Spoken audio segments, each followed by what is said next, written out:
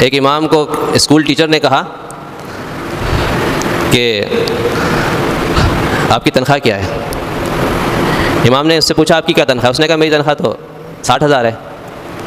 تو school teacher نے امام سے پوچھا امام صاحب آپ کی تنخواہ کتنی ہے؟ امام صاحب نے کہا میری 10,000 ہے۔ تو وہ اسکول ٹیچر کہتا ہے ماشاءاللہ آپ لوگوں کی تنخواہوں میں برکت بڑی ہوتی ہے۔ تو امام صاحب نے اس کو کہا کہ ایسا کرو وہ جو برکت والی میری تنخواہ تم رکھ لیا کرو اور اپنی بے برکتی والی تنخواہ مجھے دے دیا کرو، آپس میں عدلی بدلی کر لیتے ہیں۔ اصل میں شاید لوگ یہ سمجھتے ہیں کہ امام گھاس کھاتا ہے، اس کا اوپر کا حصہ خالی پڑا ہوا ہے، اس کو کچھ سمجھ ہی نہیں ہے کہ وہ برکت والی لالی پاپ دیتے رہتے ہیں امام کو کہ برکت ہے، اخلاص کا تقاضا یہ ہے کہ چھوٹی تنخواہ پہ گزارا کرو، اخلاص کا تقاضا ہے بھائی اخلاص۔ میں نے اس دن بتایا کہ حضرت تھانوی رحمۃ اللہ علیہ، آج سے کوئی 100 سال پرانی بات ہوگی یا 125 سال پرانی بات ہوگی، ان کی تنخواہ تھی جہاں پڑھاتے تھے 50 روپے۔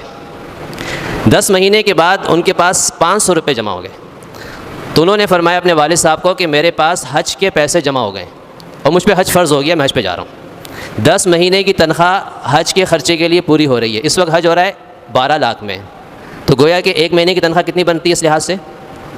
1,20,000۔ یعنی اس زمانے کے لحاظ سے حضرت تھانوی رحمۃ اللہ علیہ کی تنخواہ مہینے کی تھی 1,20,000 روپے۔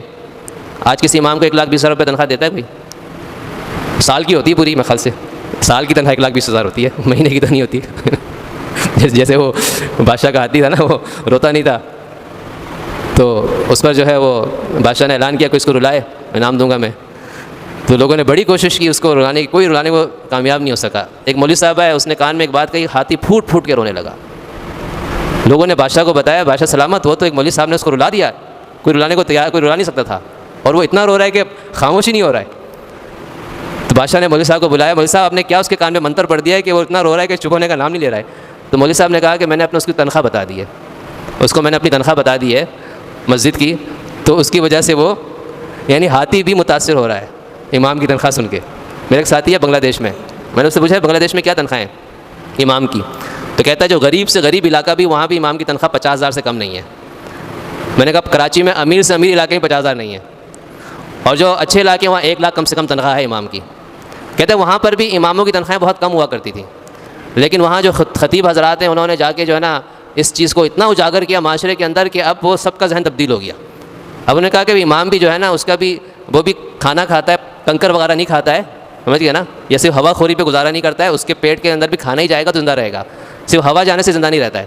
تو لوگوں نے کہا یار واقعی اس کو بھی غذا کی ضرورت ہے، یہ بھی کھانا کھاتا ہے، انسان جیسے ایک عام انسان کھانا کھاتا ہے ایسے امام بھی عام انسانوں کی طرح ہی کھانا کھاتا ہے، صرف جو گھاس اگتی ہے اس گھاس پہ گزارا نہیں کر رہا ہے۔